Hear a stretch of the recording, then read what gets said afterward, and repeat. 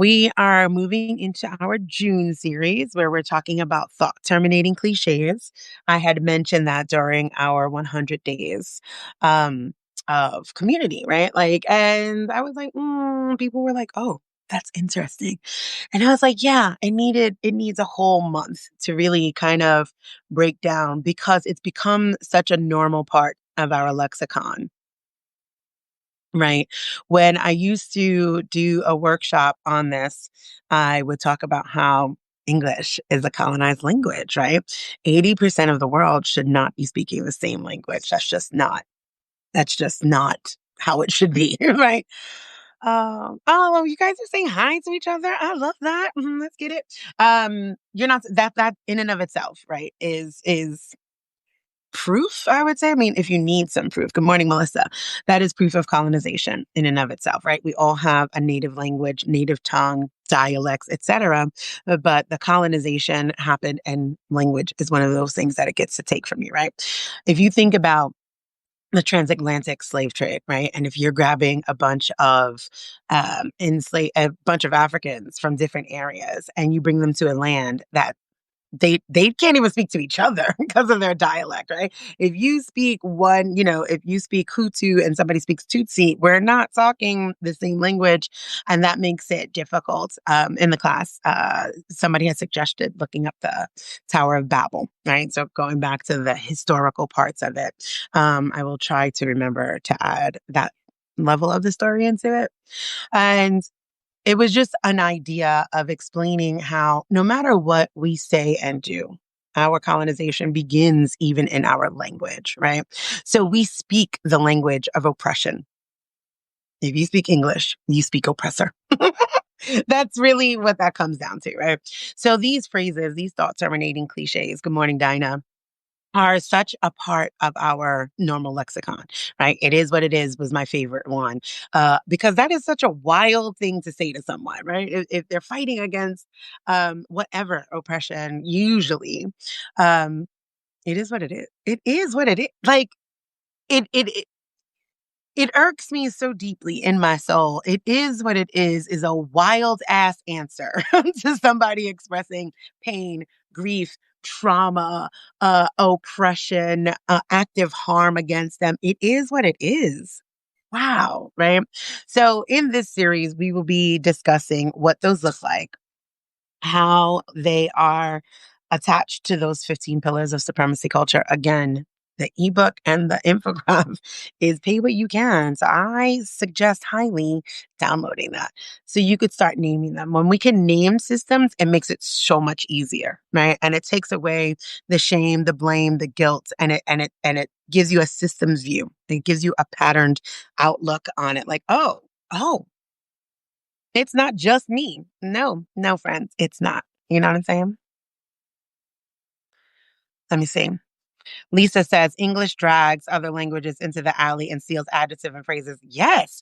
And I lived in England for like 4 years, and the Crown's English is not even this American English. So I get, it's very interesting to me when people correct American English. I'm like, this is the most bastardized version of proper English. Like when people like speak proper English, I'm like, do you speak proper English? Like, do you even know what proper English is? Spellings, just the way they use the language, all of it different. So, anywho, let's get in to our three talking points, right? Oh, look, I was prepared. Are you excited? I even got here a little bit early. Hey, Barbara, good morning. Hi, Carolyn. Nice to see you. Okay, so today, it is why it is what it is, isn't liberation, right? So, I lead in with these phrases sound harmless, even comforting, but they're not. They're linguistic door slams, cloaked in calm. And in a world where oppressive systems thrive off of silence, these phrases do more than dismiss the harm. They protect the harm, right? Because if you could just, agree to disagree is another one that I just, no. Like, no, we could simply just disagree. I don't need to agree with you. I don't agree with you. That is literally why we're having this moment, this conflict. And remember, I touched on that, right? Healthy conflict is necessary. There is always going to be a rupture and repair cycle in healthy relationships. Are you willing to do the repair work, right? There's going to be a rupture. We're human. We're flawed. We make mistakes. We say the wrong things. We do the wrong things. Are you willing to do the work to repair, to restore? Yes or no? That's what it comes down to. And if all parties aren't, then restoration and repair are always possible, right? So, three talking points. One is, it is what it is a closure statement, not a clarifying one. Okay. Huge difference. Two, cliches like these protect the system, not the person. That's super important. And why I'm like, take a systems view to oppression, and it becomes a little less personal, and you are more aware of when it's coming up, where it's coming up, and how to dismantle it. Three, liberation requires languaging what we long for, right? Like, as in, we need to learn how to speak for what we want. Be intentional with our words. I love the four agreements. Highly, deeply recommend that. Be impeccable with your word. Super important. Do what the hell you said you're going to do. It's commitment. Like, do what you said you were going to do. And then if you don't do what you said you're going to do, allow yourself to be held accountable. Like, that's the rupture. What are you going to do for the repair? This is super simple.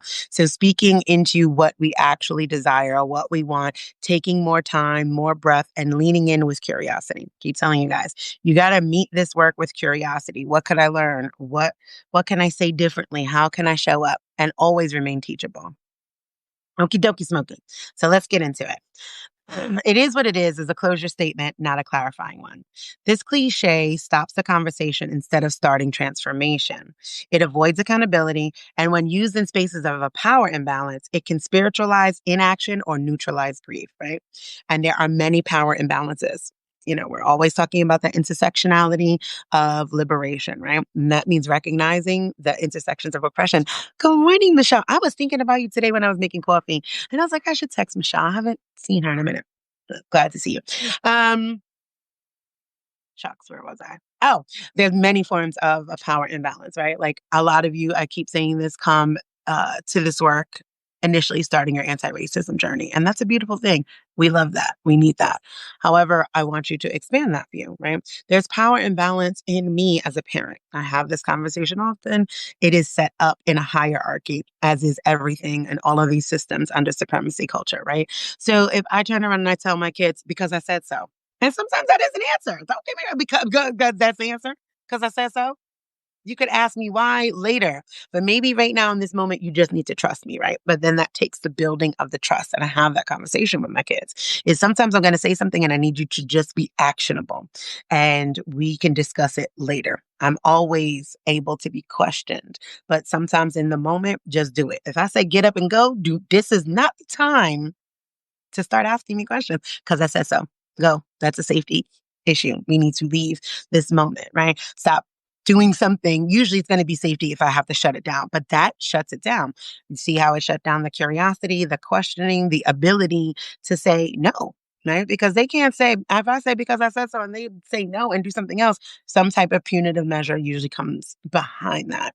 So those things are power imbalances. If you're at work and your supervisor, black and white, racial differences, gender, man, woman, cis and trans, Christian, non-Christian, all of these things, poor, wealthy, right? It exists within that binary, which is one of those 15 pillars of supremacy culture, that either or thinking. So whatever a power imbalance exists, you're going to have an issue if you're using these terms, right? Because it neutralizes everything. Like, nah, we're not going to do that. And you don't really have the power to push back unless you decide you want to push back and go for it. As an example, I said a parent requests a 504 plan or an accommodation, and it says, "Well, it's just how the system works. It is what it is." I'm sorry, what? No, I hear you, but we have to push back on that, right? I want a different system. I understand that may be how it works. How do we change it, right? Get curious. Why does it work that way? And who is it working for? Because back to that third point, it is protecting a system, not a person. This is not working for people. The way this is set up is not working for actual human beings. It's damn sure working for supremacy culture. It is not working for actual humans. So these responses don't provide care. They provide an escape route from responsibility. So the reframe I offer here is liberation work asks, what made it this way, right? Getting curious. Remember what I said during the 100 Days of Community? If you were not here or you do not remember, let me tell you again. Ask yourself, who's not in the room and what are the barriers? Why are they not in the room? Right. So when you're doing this work, when you're asking yourself these questions, like what made it this way? Right. I live in Atlanta and I'm from New York City. I will tell you that every time I get a chance. I'm from the Bronx. And when I moved here, I think in 2005, so I've been here 20 years. I've been here 20 years. And I think I've been on the public transportation system twice. Thankful for always having a car. I don't even know how people survive around here. This is not a walkable town because that's what it is to me. It's a town. It is not a walkable town.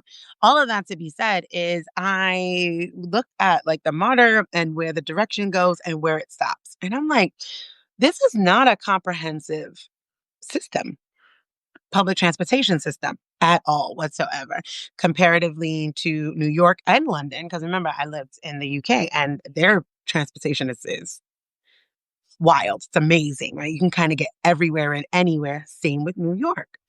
So you could tell the environmental racism in the MARTA system here in Georgia. So that's what I mean. Like, what made it this way? Why can I not get into this town with ease? Like, why is that not possible?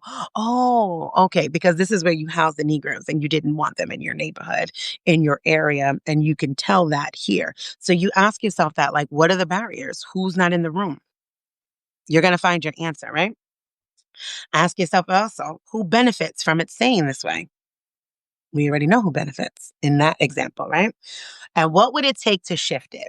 The most important question, right? Does it mean, right? Like we need an email, we need a march, we need to boycott. All of those things are valuable and needed. This is why activism to your capacity is necessary, right? Not everybody could be doing the same thing. Lisa said Gainesville, Florida is the same. Yeah, I'm sure the whole South is. Like, but it was just like wild to me because I'm like, and this is why there's such a huge disconnect to people believing there's not racism in the North and there's so much in the South. And I'm like, it's just different. It's just in your face. It's very obvious, right? And New York City is really like an anomaly because it's home of an immigrant. Really, that's what makes New York City so different. It's not that there's not racism; it's that it's all of it. It's all the isms. We hate everybody equally. So it's all of the things in that space, right? Because it is a hub for immigrants. So you have all of this hustle and bustle, and this like that's that energy of New York and the ability to move around. And so you don't think that racism exists because there's not Confederate flags or like, Plantation Way or Confederate Lee Drive or, transportation that won't get you into white neighborhoods. But it definitely exists. It's just super blatant in the South. Laura says, yes, because in Rhode Island, I took the bus everywhere all the time. Yeah, because, like, again, and then that's also those areas where, like fishermen, it's a blue collar town. These people had to get around this small area to get to work. This is created to literally keep people, Black people specifically, in this area and just able to move around within the areas that we were allowed in. So the reflection prompt for this one is, where in your life have you used "it is what it is" to bypass grief, complexity, or responsibility? Either on yourself, because self-talk is super important. I tell you guys that this work has to begin with yourself, right? When have you accepted that? When have you told, well, you know what? It is what it is, and shut your own needs down, right? Because if you are cutting yourself off from your emotions, cutting yourself off from naming your needs, it's so easy to do the same thing to someone else. Right? Because if I'm not noticing, well, you know what? It is what it is. Can't get that done. Why? Are you asking yourself what made it possible that you can't get this done, right? Who benefits if I don't get this done? And what does it take to get a shift? And that's how we get into that community mindset, right? With my backyard. I cannot do this by myself. I am 2 years out from a back surgery and fibromyalgia, and I could not do that. So I reached out to some people, right? My old neighbor has some teenage kids, and I was like, hey, you guys want to make some money? Like, because who doesn't want to make money in the summer? And they were like, yes. And I'm like, I love that. They came over. Another friend of mine helped chop up some wood. I called Atlanta and was like, do a bulk pickup. All of those things have to work in concert with each other, right? Like to make it happen. So it can. It's not, it is what it is. Well, I have to just settle with this shitty yard. I don't, and I won't. I'm going to figure it out, right? It, it's, it's possible. It's possible if you are seeking it to be. Lisa says racism is passive aggressive in the South. Yeah, I don't know if it's passive. It don't feel passive to me. I'm gonna just tell you that. It might depend on whose lens you're talking about. Laura says, yeah, I do that when I say it is what it is. It's because I feel I don't have the power to fight it, but I see how that's wrong. And I don't even want to say that it's wrong, right? Again, learning systems will remove that right or wrong, right? Or that's the only, God, I can never say this. Never. Only one right way is one of those pillars of supremacy culture. It's not wrong. It is what it is. No, it is the patterning. It is the way that we have all been handed a system and handed language, and we utilize it um, as it was given to us. And we're not taught to question. We're not taught to say, why? Why doesn't this work? Or what else? What are the possibilities? Right. So this work is about opening up to possibilities. Like, not every single thing will work, right? Not everything that I say is going to work. But what I'm hoping is that it opens you up to questioning, right? To becoming curious, to remain teachable, to seek alternatives, an alternative way of living, of being, the possibilities that it could open up when we think in a different sort of way, right? Two, cliches like these protect the system, not the person. Thought terminating cliches maintain emotional distance while pretending to offer wisdom. We've all been there and felt that, right? They often appear in workplaces, school, healthcare, family systems to keep the peace, but really they preserve power. This is such a big one, right? When I'm talking about those 15 pillars of supremacy culture, and I discuss the fear of open conflict, right? Don't bother your father right now. Feeds into paternalism, fear of open conflict. And it's this idea that we're keeping the peace. Whose peace? Whose peace? Whose? Who feels peaceful in amidst this tension, amidst this obvious conflict that exists, right? Ignoring it does not make the conflict exist. And who is feeling peaceful in the midst of that, right? It is a false peace. It is a false peace that is absolutely tearing up the people inside, right? So common cliches to watch for in regard to this. Don't air dirty laundry. Many of us have heard that, right? Like what happens in this house stays in this house. What? Like, that sounds, listen to it and think about how right that sounds to protect abusive systems and abusers and not the person being harmed. All crime, all violence is about proximity. You are most likely going to be murdered by your partner. You are most likely going to be robbed by someone in your neighborhood. Like, this is crime is about proximity and opportunity. Nothing more, nothing less. So even leaning in with what happens in this house stays in this house. Now, don't get me wrong.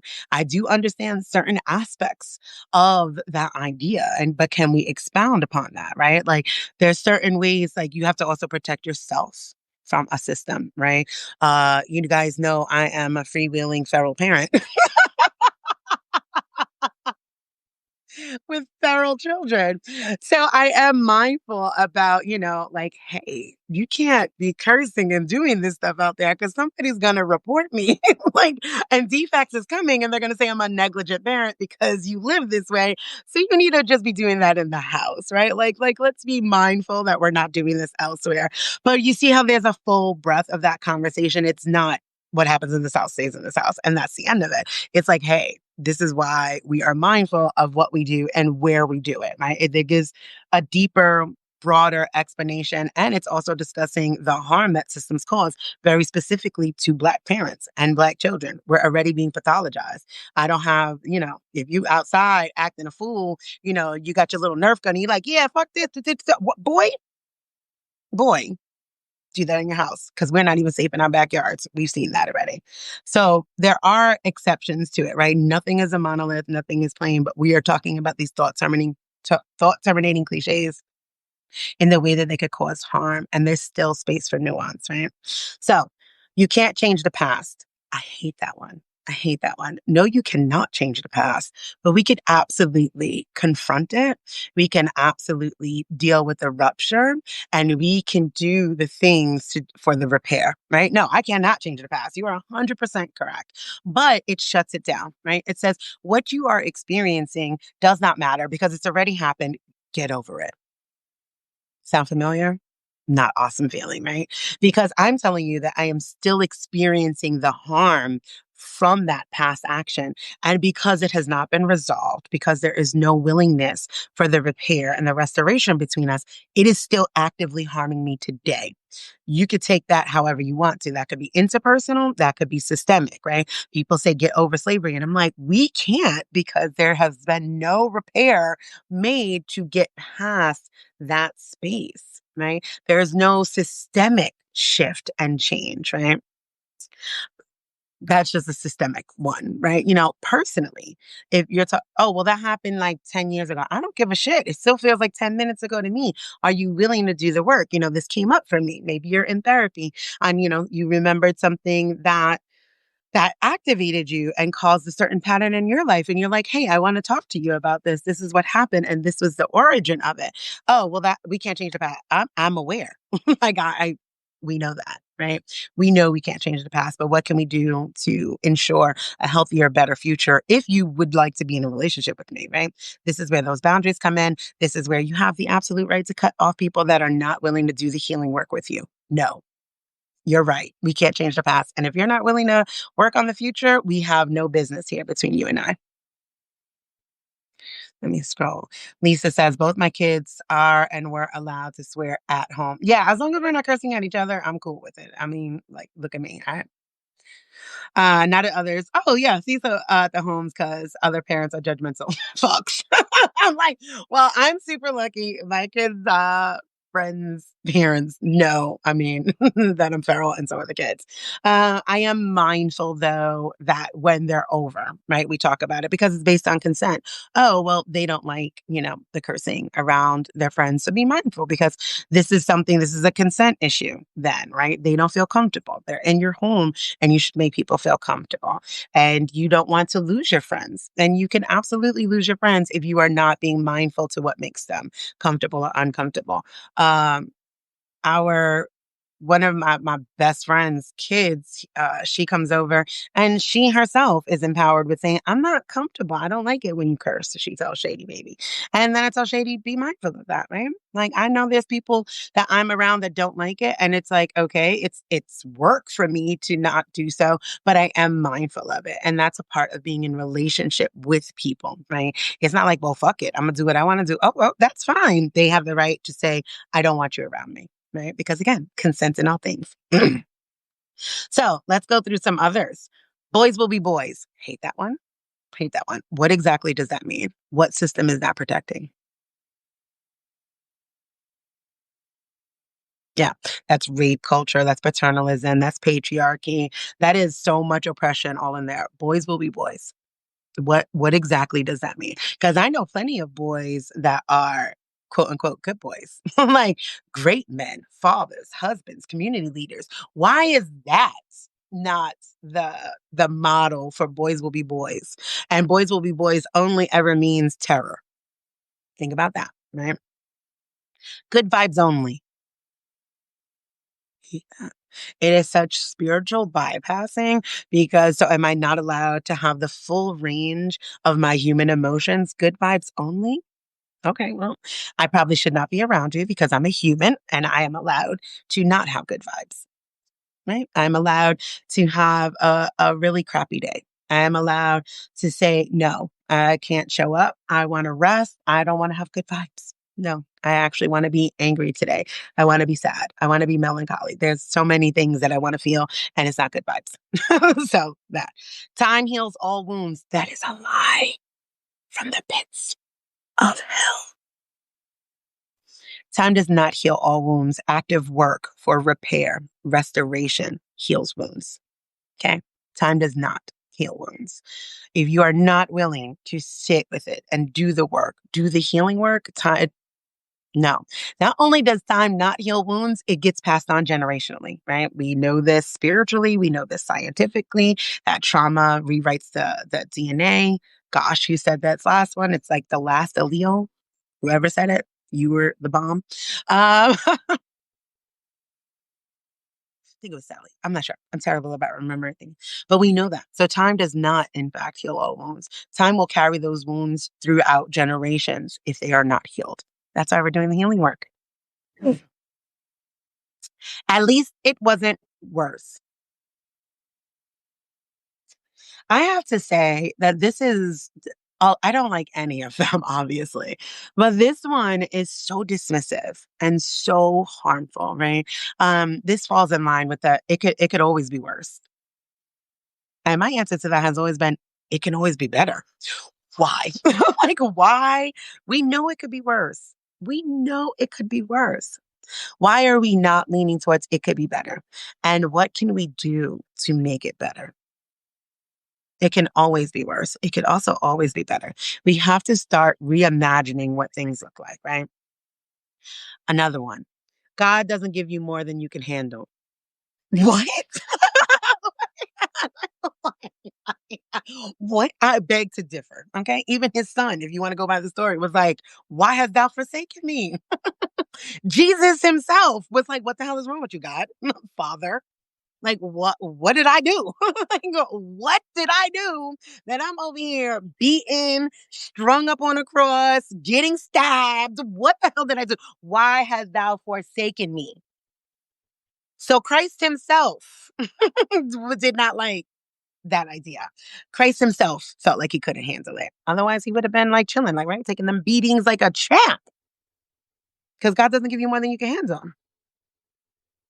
Do you see how insane that sounds? People are biting off more than they could chew for basic survival. Okay. God, whatever God you want to believe in, but damn sure the colonial Christian God gives us all more than we can handle because he's a construct that was given to strip people of their original indigenous practices. That in and of itself is too much to handle, right? That is why we're here 2000 some odd years later. So no, that is a terrible one. That is a terrible one.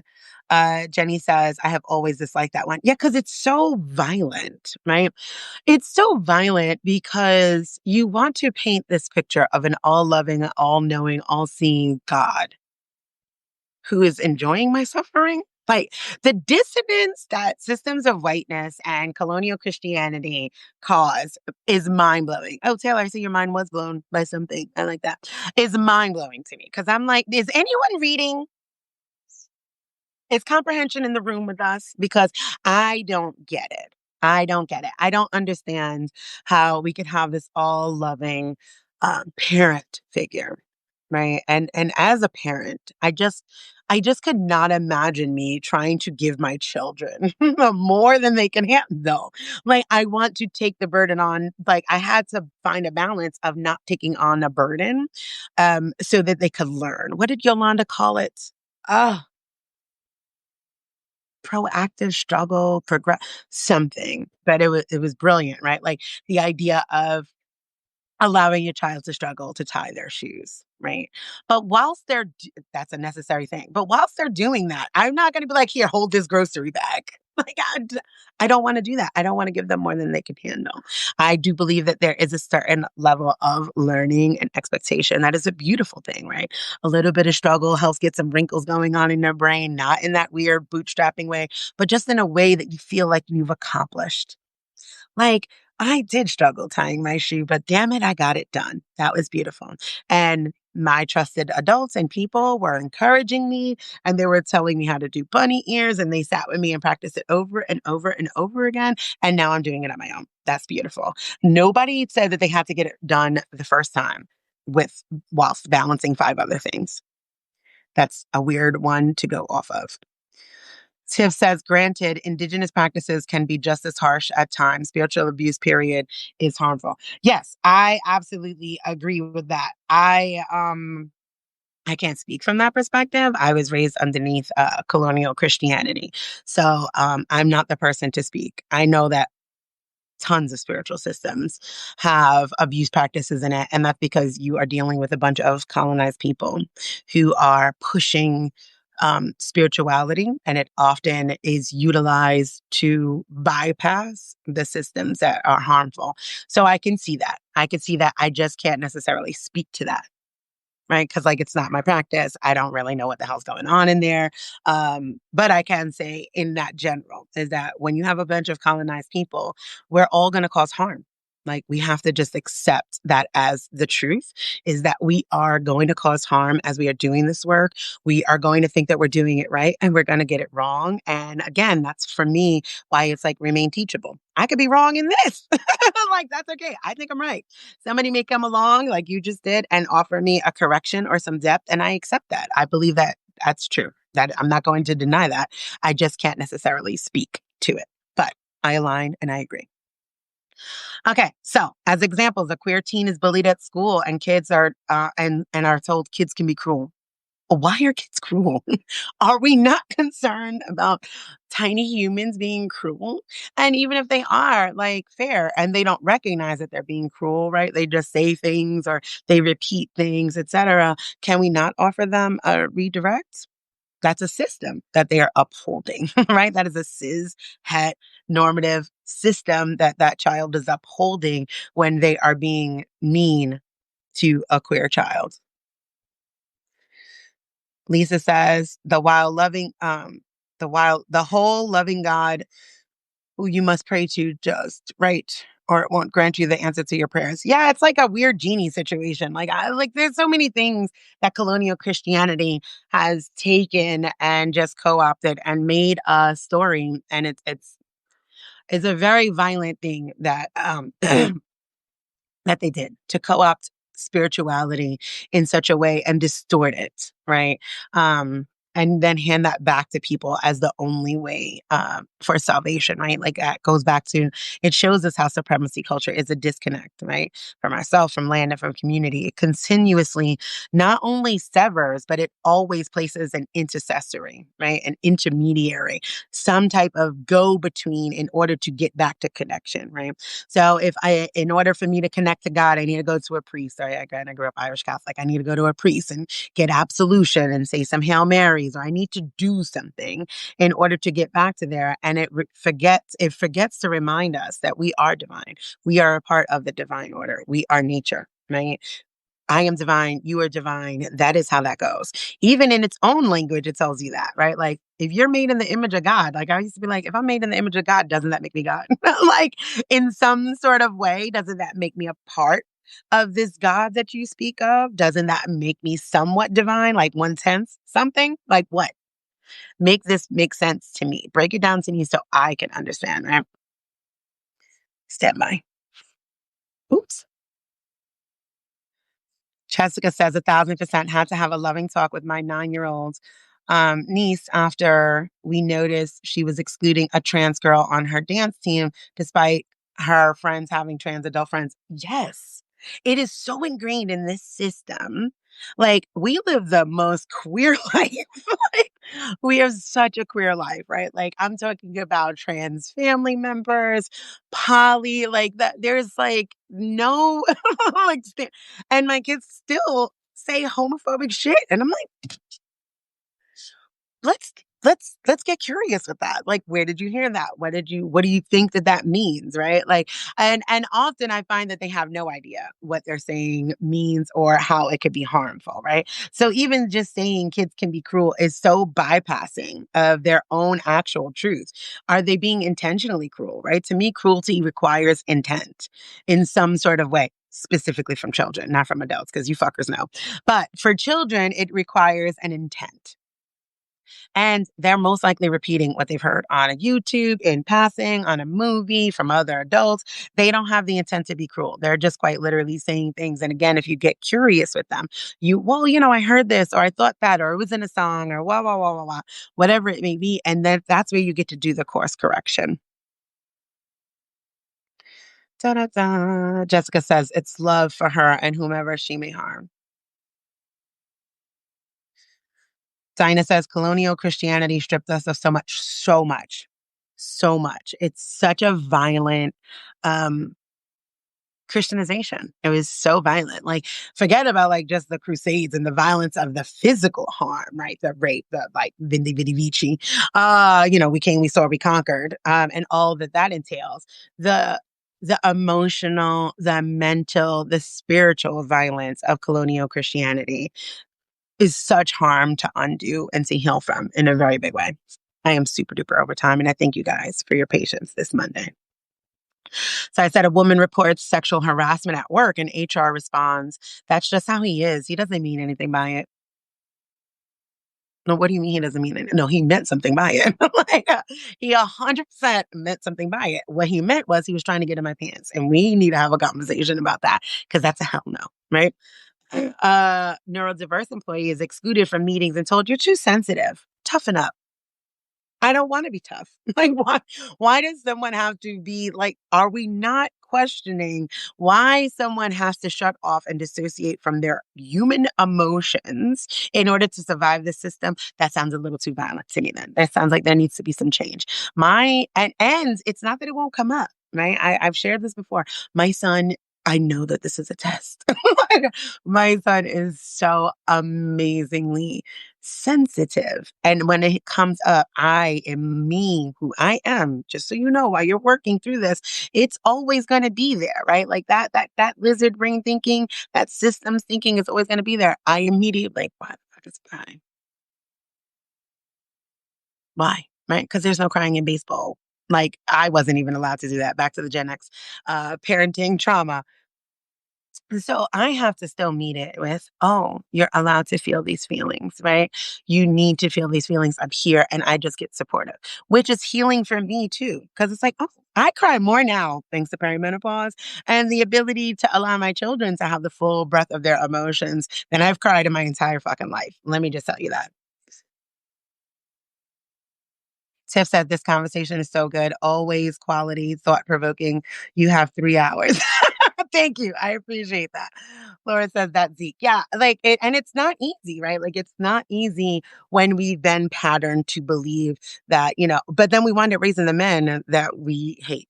Let's just be honest about that, right? If I shut my son down now, if I tell him boys don't cry, buck up, whatever the hell kind of thing, one of those thought terminating cliches. I can't be mad that he's going to be an unemotionally available man.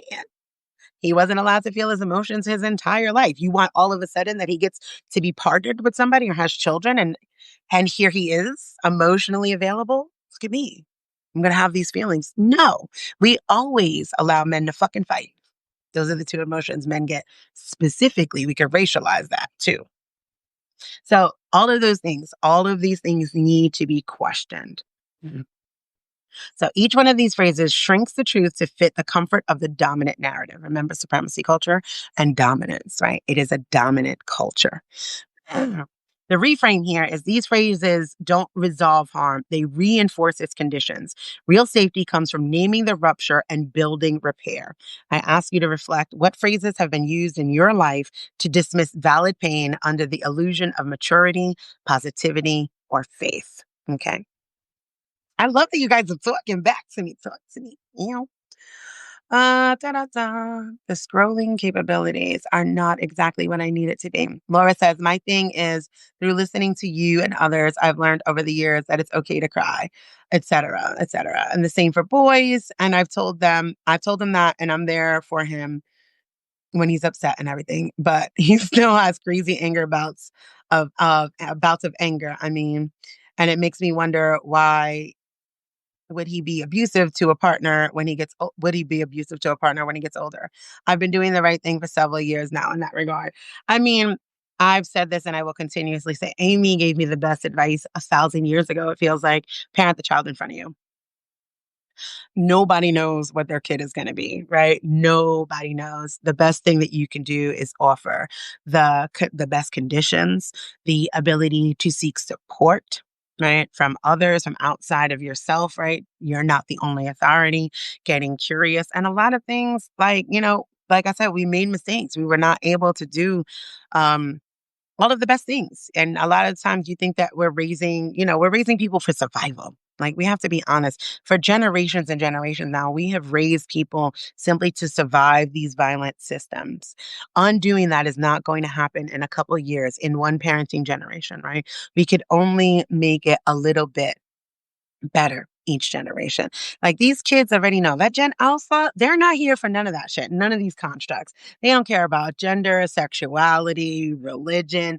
That world already exists. Our job is to come alongside it and dismantle the systems so that it can exist safely. That is my goal. Like these kids already know. Like they are built with this intrinsic wisdom. They came into this place and space knowing so much more than what we do. And if we pay attention to them, we could just like help them create the world that they already know. Melissa says, I love that about these kids. Me too. Me too. They are ready. They come in so free and feral. And I'm like, yes. I deeply support the wild and free in you. Right. One of my favorite books as a kid was Where the Wild Things Are. And I'm like, this is we're living in the generation of where the wild things are. And I love that for them. Okay, last one. Okay, last one, I promise. Talking point three. Liberation requires languaging what we long for. As an example, we're going to get into all of these kinds of things. Oh, Sam, you like that book too? It's brilliant. You know what? Let me go buy that. Okay. Cliches flatten imagination. They convince us to accept less, expect less, and dream less.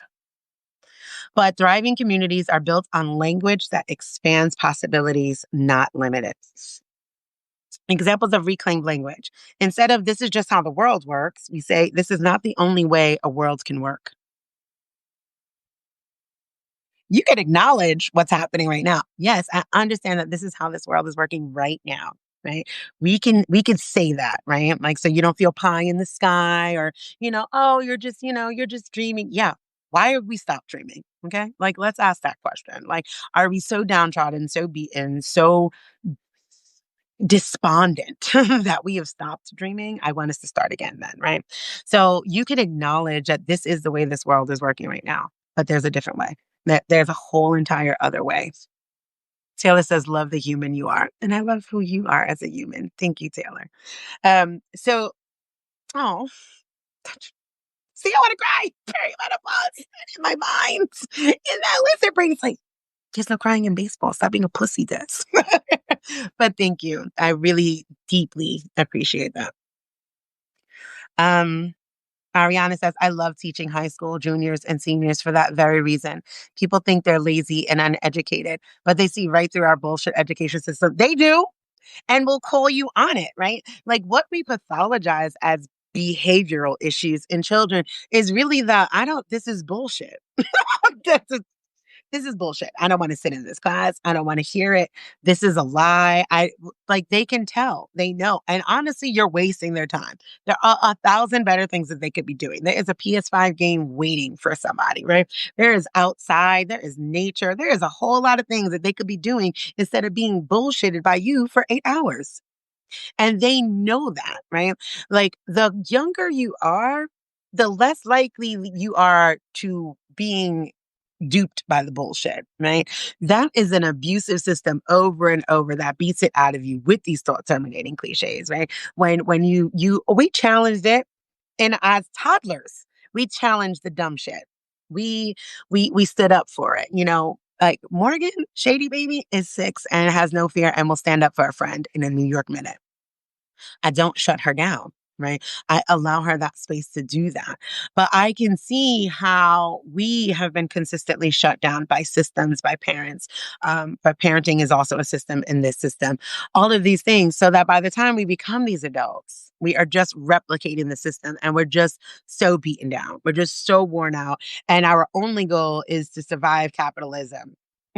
And that's all you got left. That's just all you have left because it's constantly pardon me, my fuzzy little mic fell. It's constantly beating you down and abusing you. So yeah, no, these kids know. And I love that. I really do. Let me scroll. Hi, Anissa. Toot, toot, toot, toot, toot, toot. Jenny said yes. Agreeing. Dinah said at the end of that movie, The Family That Prays. That was a good movie. There's a line that says something like, "Parents, you are not your children's only influence." Lisa says, "You sharing your humanity brings out the humanity in us." Oh, I love that. Michelle says, "Nobody will shut you down faster than someone full of anger about having been shut down themselves." Absolutely. Hi, girl.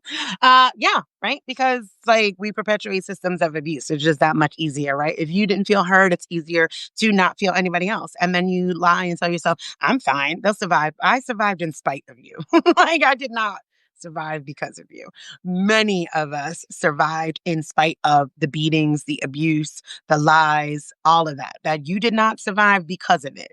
You survived in spite of it. And I need that reframe to happen, that paradigm shift. If you are here and you did it in spite of all of the barriers to be here, the system is not created for our thriving, barely for our survival, definitely not for our thriving.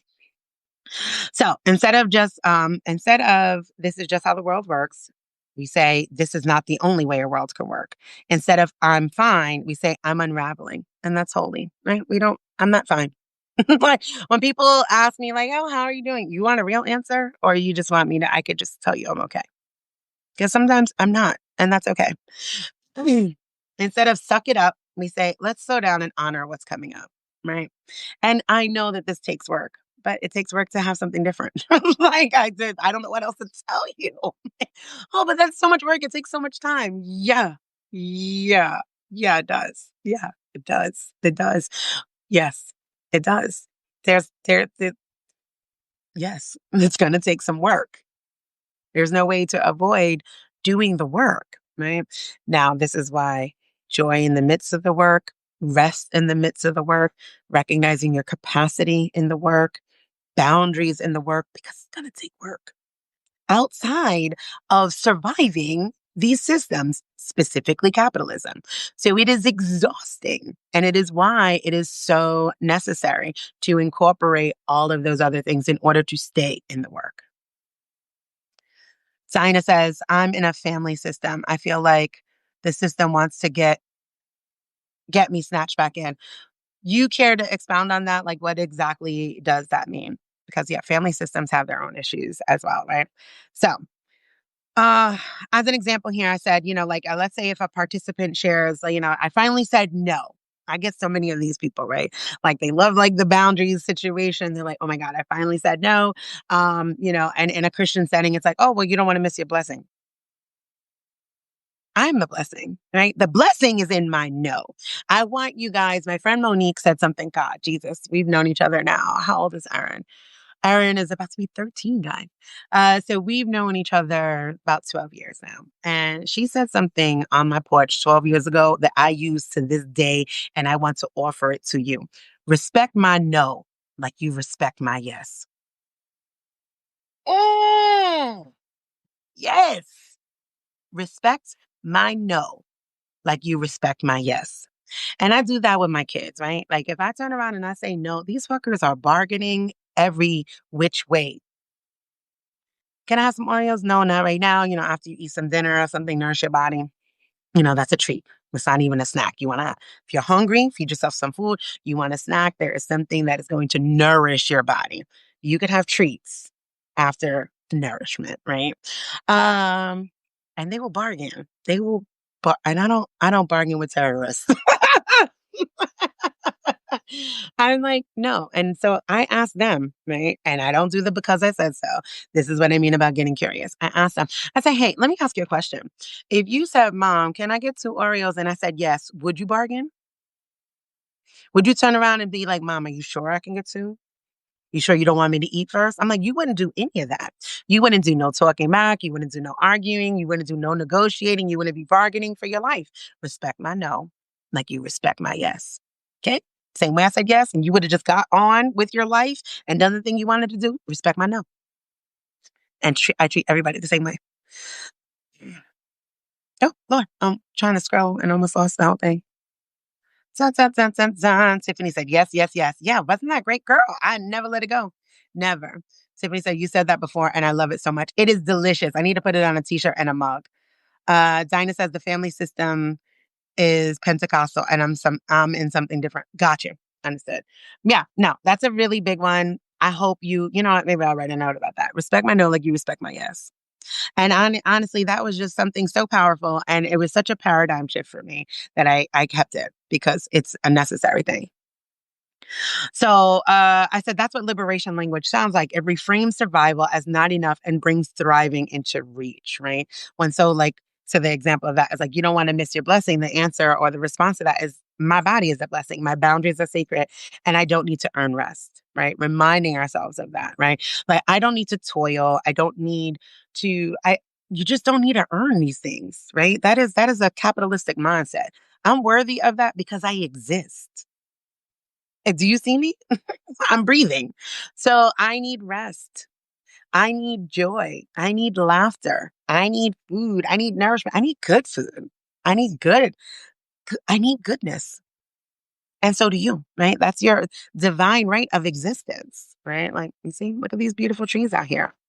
They're not like, oh, what can I do to earn? Nope. They're just out here growing, just doing their own thing as they should, right? As it is intended in the true course of nature. And we are an extension of that true course of nature. You don't have to earn these things. So the reflection prompt here is what new phrases, truths, or questions am I ready to say in place of the ones that have silenced me? And with that, folks, I am going to honestly let you go. It is 10:20 and you sat with me and I am so thankful for you. I did not realize I would go this far over. I know I'm a little bit of a chatty Cathy. So let's recap. Do. Why it is what it is isn't liberation. 3 points. One, it is what it is a closure statement, not a clarifying. Two, cliches like these protect the system, not the person. We are here for humanity and dismantling systems, right? Okay. So, three, liberation requires languaging that for what we long for. Just that simple. Just that simple, folks. So, thank you. I'll be here all day. No, thank you for sitting with me. Thank you for this time. Did you think it was so good, Susan? Thank you. I appreciate it. This is kind of like my jam. I really enjoy this, right? Because again, language is almost like the first frontier, right, of changing our minds, of changing our perspectives, of paradigm shifts, right? If we can change the way we think and the way we speak, all of these things start shifting, right? All of these agreements shift and change because we are working on it, and we have to just accept that we speak the language of oppression. So often things are going to sound the same, and so there needs to be clarification. There has to be intentionality behind what we say because we speak an oppressor's language. So there we go. Ta-da-da. Michelle says, thank you, Desiree. Laura says, thank you. Uh, sorry. Lisa says, this was awesome. I'll be sharing with my partner. I look forward to hearing what your partner has to say. Okay. Jenny says, thank you. You are so welcome. Thank you guys all for being here, supporting this work in all of the ways and sharing and subscribing. It's been beautiful just to see how people really are interacting and desiring this style of education and the way I could just show up as myself. I really deeply appreciate you guys. Carolyn, is Chatty Cathy thought terminating? Not for me, girl, but could be. You're an educator and we're here for it. I deeply appreciate that. Dinah says, thank you. I'm just trying to be mindful of people's time boundaries, right? Like you take the time out and it's like, okay, girl, you said 9:30 to 10. It's 10:30. Do better. All right. I love you guys. I will see you on Wednesday. We shall return. Bye.